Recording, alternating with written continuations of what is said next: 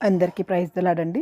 1 year Bible completion అనే పవిత్ర ప్రయాణంలో నాతో కలిసి వస్తున్న అందరికీ సుస్వాగతం. ఈరోజు మన ప్రయాణంలో 74వ రోజైన మార్చి 15వ తేదీ వాక్యాంశాలు మొదటి సమూయేలు 4-8 అధ్యాయాలను ప్రార్థనాపూర్వకంగా మొదలు పెడదాం. మా ప్రియ పరలోకపు తండ్రి, జీవవాక్యంతో మమ్మల్ని మీ పాదాల దగ్గరికి తీసుకొచ్చినందుకు హృదయమార వందనాలు. వినగలిగే చెవి, గ్రహించగలిగే హృదయాన్ని మీరు మాకు అనుగ్రహించండి. మీ కృపలో మమ్మల్ని భద్రపరచుకోండి. ఈ వాక్యాన్ని వింటున్న ప్రతి ఒక్కరి హృదయాన్ని మీరు స్పర్శించి మీ సమాధానాన్ని మా అందరికీ అనుగ్రహించమని ప్రభువు పేరట ప్రార్థిస్తున్నాను తండ్రి. ఈ వాక్యాంశాలు నిజంగా మీ హృదయాన్ని కూడా స్పర్శించినట్లయితే కమెంట్ బాక్స్లో ఆమెను చెప్పడం మర్చిపోకండి.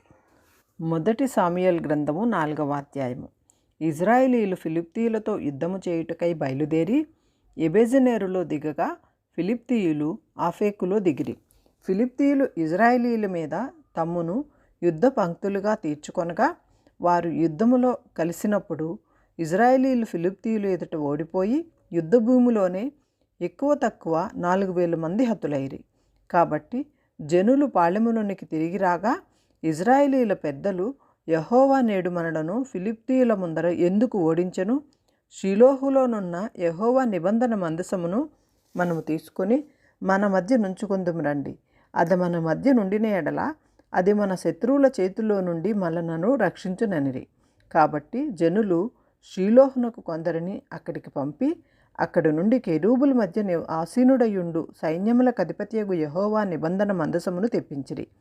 ఏలి యొక్క 2 కుమారులైన హొఫ్నీయును ఫీనెహాసును అక్కడనే దేవుని నిబంధన మందసము వద్ద ఉండిరి. యెహోవా నిబంధన మందసము దండిలోనికి రాగా ఇజ్రాయేలీలందరూ భూమి ప్రతిధ్వనినిచ్చినంత గొప్ప కేకలు వేసిరి. ఫిలిష్తీయులు ఆ కేకలు విని హెబ్రీయుల దండులో ఆ గొప్ప కేకల ధ్వని ఏమని అడిగిరి. యెహోవా నిబంధన మందసమును దండులోనికి వచ్చినని తెలుసుకొని జడిసి దేవుడు దండులోనికి వచ్చినని అనుకుని, అయ్యో మనకు శ్రమ, ఇంతకు మునుపు వారిలాగూ సంభ్రమింపలేదు. అయ్యయ్యో, మహాసూరుడగు ఈ దేవుని చేతిలో నుండి మనలను ఎవడు విడిపింపగలడు? అరణ్యమందు అనేకమైన తెగుళ్ల చేత ఐగుప్తీయులను హతము చేసిన దేవుడు ఈయనే కదా. ఫిలిష్తీయులారా, ధైర్యం తెచ్చుకుని వారు మీకు దాసులైనట్లు మీరు హెబ్రీయులకు దాసులు కాకుండా బలాఢ్యులై యుద్ధము చేయడని చెప్పుకొనిరి. ఫిలిష్తీయులు యుద్ధము చేయగా ఇజ్రాయేలీలు ఓడిపోయి అందరూ తమ డేరాలకు పరిగెత్తి వచ్చిరి. అప్పుడు అత్యధికమైన వధ జరిగెను. ఇజ్రాయేలీలలో 30,000 కాల్బలములు కూలెను మరియు దేవుని మందసము పట్టబడెను. అది కాక హొఫ్నీ ఫీనెహాసులను ఏలి యొక్క 2 కుమారులు హతులైరి. ఆనాడే బెన్యామీనీయుడొకడు యుద్ధభూమిలో నుండి పరిగెత్తి వచ్చి చిరిగిన బట్టలతో తల మీద ధూళితోనూ షిలోహులో ప్రవేశించెను.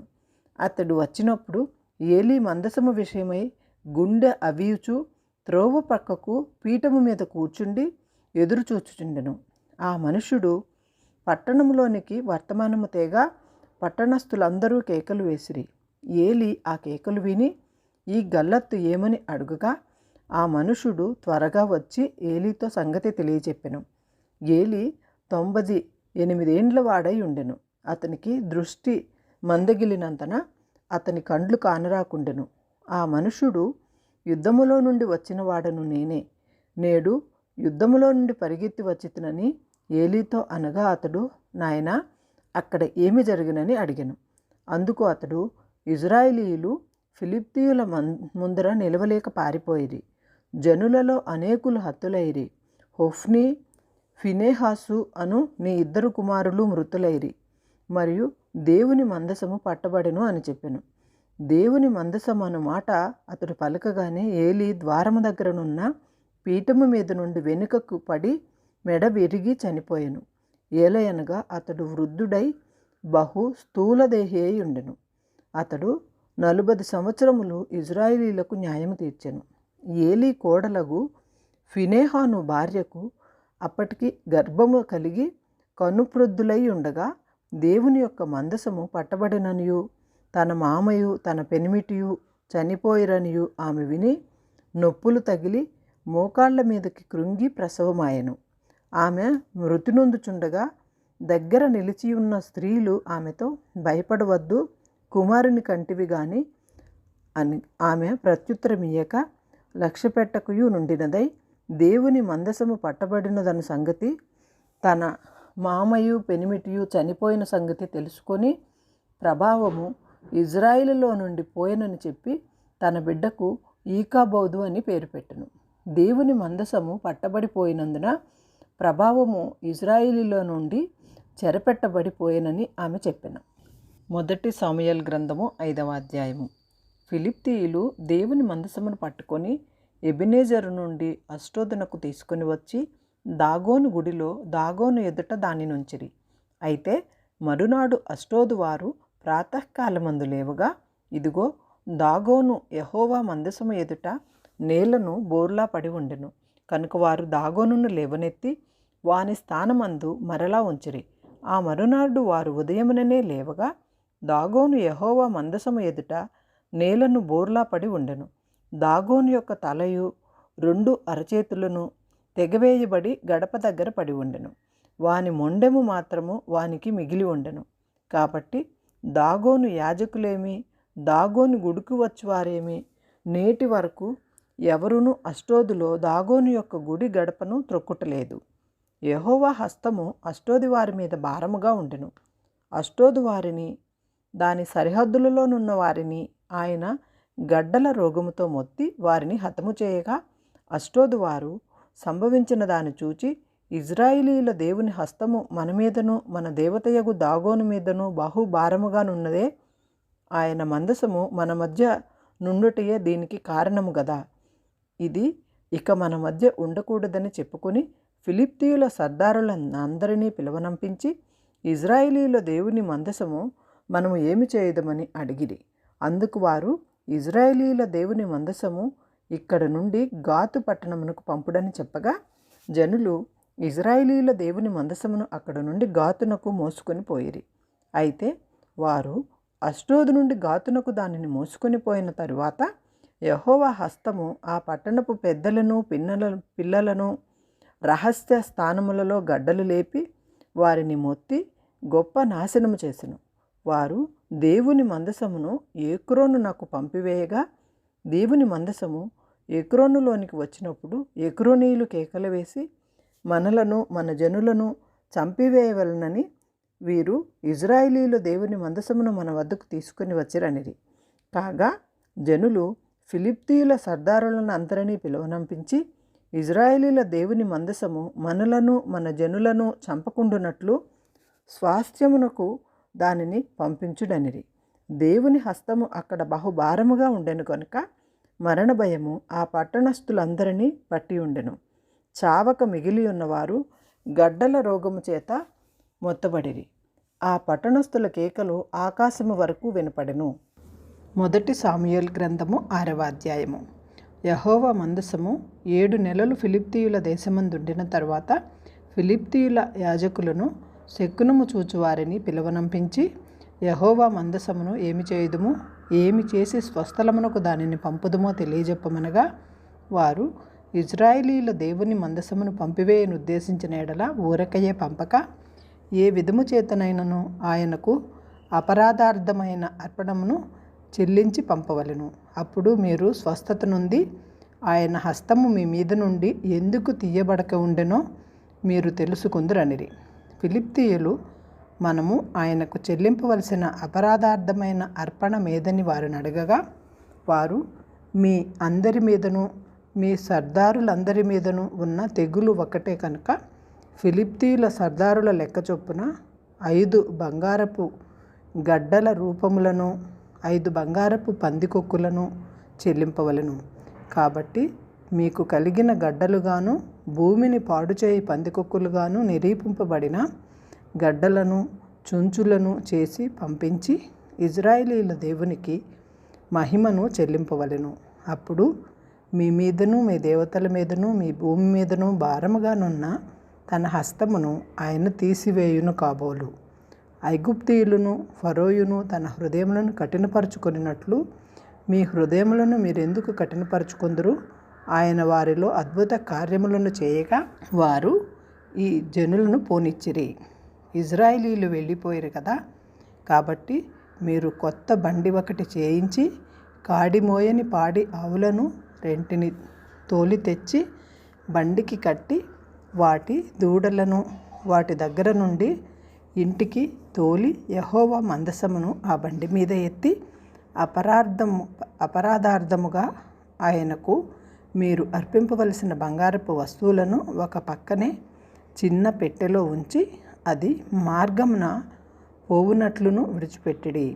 అది బెత్షెమెషుకు పోవు మార్గమున బడి ఈ దేశపు సరిహద్దు దాటిన ఎడల ఆయనే ఈ గొప్ప కీడు మనకి చేసెనని తెలుసుకొనవచ్చును. ఆ మార్గమున పోని ఎడల ఆయన మనలను మొత్తలేదనియు మన అదృష్ట వశము చేతనే అది మనకు సంభవించిననియు తెలుసుకొందుమనిరి. వారు అలాగున 2 పాడి ఆవులను తోలి తెచ్చి బండికి కట్టి వాటి దూడలను ఇంటి లోపల పెట్టి యెహోవా మందసమును బంగారు గడ్డలను పందికొక్కు రూపములను గల ఆ చిన్న పెట్టెను బండి మీద ఎత్తగా ఆ ఆవులు రాజమార్గమును పడి చక్కగా పోవుచు అరుచుచు బెత్షెమెషు మార్గమునకు నడిచెను. ఫిలిష్తీయుల సర్దారులు వాటి వెంబడియే బెత్షెమెషు సరిహద్దు వరకు పోయిరి. బెత్షెమెషు వారు లోయలో తమ గోధుమ చేలను కోయుచుండిరి. వారు కన్నులెత్తి చూడగా మందసము వారికే కనబడెను. దానిని చూచి వారు సంతోషించిరి. ఆ బండి బెత్షెమెషు వాడైన యెహోషువ యొక్క పొలంలోనికి వచ్చి అక్కడనున్న ఒక పెద్ద రాతి దగ్గర నిలువగా వారు బండి యొక్క కర్రలను చీల్చి ఆవులను యెహోవాకు దహన బలిగా అర్పించిరి.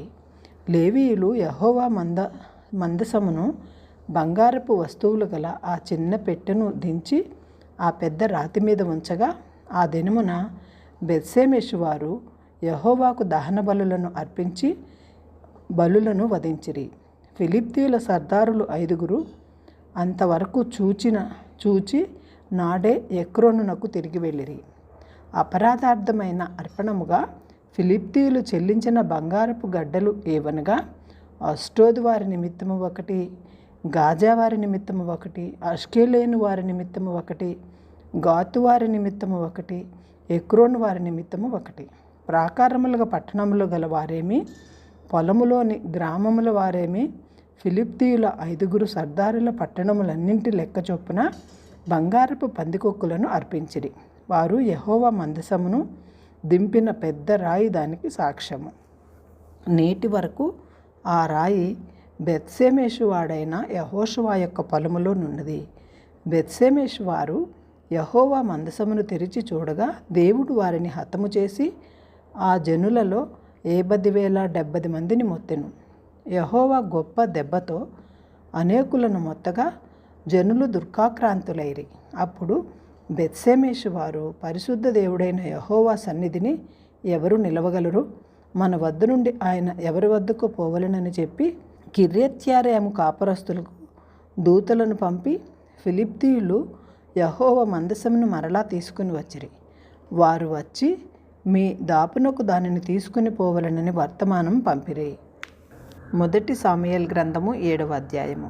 అంతటా కిర్యత్యారీము వారు వచ్చి యెహోవా మందసమును తీసుకుని పోయి కొండయందుండే అబినాదాబు ఇంట చేర్చి దానిని కాపాడుటకై అతని కుమారుడైన ఎలియాజరును ప్రతిష్ఠించిరి. మందసము కిర్యత్యారీములో నుండిన కాలము 20 సంవత్సరములాయెను. ఇజ్రాయేలీలందరూ యెహోవాను అనుసరింప దుఃఖించుచుండగా సమూయేలు ఇజ్రాయేలీలందరితో ఇట్లనెను: మీ పూర్ణ హృదయముతో యెహోవా వద్దకు మీరు మళ్ళుకొనిన ఎడల అన్యదేవతలను అష్టారోతు దేవతలను మీ మధ్య నుండి తీసివేసి పట్టుదల కలిగి యెహోవా తట్టు మీ హృదయములను త్రిప్పి ఆయనను సేవించుడి. అప్పుడు ఆయన ఫిలిష్తీయుల చేతిలో నుండి మిమ్మును విడిపించును. అంతటా ఇజ్రాయేలీయులు బయలుదేవతలను అష్టారోతు దేవతలను తీసివేసి యెహోవాను మాత్రమే సేవించిరి. అంతటా సమూయేలు ఇజ్రాయేలీయులందరినీ మిస్సాకు పిలువనంపుడి, నేను మీ పక్షమున యెహోవాకు ప్రార్థన చేతునని చెప్పగా వారు మిస్సాలో కూడుకొని నీళ్లు చేది యెహోవా సన్నిధిని కుమ్మరించి ఆ దినమున ఉపవాసముండి యెహోవా దృష్టికి మేము పాపాత్ములమని ఒప్పుకొనిరి. మిస్పాలో సమూయేలు ఇజ్రాయేలీలకు న్యాయము తీర్చుచూ వచ్చెను. ఇజ్రాయేలీలు మిస్పాలో కూడి ఉన్నారని ఫిలిష్తీయులు వినినప్పుడు ఫిలిష్తీయుల సర్దారులు ఇజ్రాయేలీల మీదకి వచ్చిరి. ఆ సంగతి ఇజ్రాయేలీలు విని ఫిలిష్తీయులకు భయపడిరి. మన దేవుడైన యెహోవాను ఫిలిష్తీయుల చేతిలో నుండి మనలను రక్షించున్నట్లుగా మా కొరకు ప్రార్థన చేయుట మానవద్దని సమూయేలు వద్ద మనవి చేసిరి. సమూయేలు పాలు విడవని ఒక గొర్రెపిల్లను తెచ్చి యెహోవాకు సర్వాంగ బలిగా అర్పించి ఇజ్రాయేలీయుల పక్షమున యెహోవాను ప్రార్థన చేయగా యెహోవా అతని ప్రార్థన అంగీకరించెను. సమూయేలు దహన బలి అర్పించుచుండగా ఫిలిష్తీయుల యుద్ధము చేయుటకై ఇజ్రాయేలీయుల మీదకి వచ్చిరి. అయితే యెహోవా ఆ దినమున ఫిలిష్తీయుల మీద మెండుగా ఉరుములు ఉరిపించి వారిని తారుమారు చేయగా వారు ఇజ్రాయేలీయుల చేత ఓడిపోయిరి. ఇజ్రాయేలీయులు మిస్పాలో నుండి బయలుదేరి బేత్కారు వరకు ఫిలిష్తీయులను తరిమి హతము చేసిరి. అప్పుడు సమూయేలు ఒక రాయి తీసి మిస్పాకును షేనుకును మధ్య దానిని నిలిపి ఇంతవరకు యెహోవా మనకు సహాయము చేసినని చెప్పడానికి ఎబెనెజరు అని పేరు పెట్టెను. ఇలాగున ఫిలిష్తీయులు అనపబడిన వారై ఇజ్రాయేలీలు సరిహద్దుల్లోకి తిరిగి రాక ఆగిపోయిరి. సమూయేలు ఉండిన దినములన్నింటను యెహోవా హస్తము ఫిలిష్తీయులకు విరోధముగా ఉండెను. మరి ఫిలిష్తీయులు ఇజ్రాయేలీల వద్ద నుండి పట్టుకొనిన పట్టణములు ఇజ్రాయేలీలకు తిరిగి వచ్చెను. ఎక్రోను నుండి గాతు వరకు గ్రామములన్నింటినీ వాటి పొలములను ఇజ్రాయేలీలు ఫిలిష్తీయుల చేతిలో నుండి విడిపించిరి. మరియు ఇజ్రాయేలీయులకును అమోరీయులకును సమాధానము కలిగెను. సమూయేలు తాను బ్రతికిన దినములన్నీయు ఇజ్రాయేలీయులకు న్యాయాధిపతిగా ఉండెను. ఏటేటా అతడు బేతేలునకును గిల్గాలునకును మిస్పాకును తిరుగుచు ఆ స్థలముల యందు ఇజ్రాయేలీయులకు న్యాయము తీర్చుచూ వచ్చెను.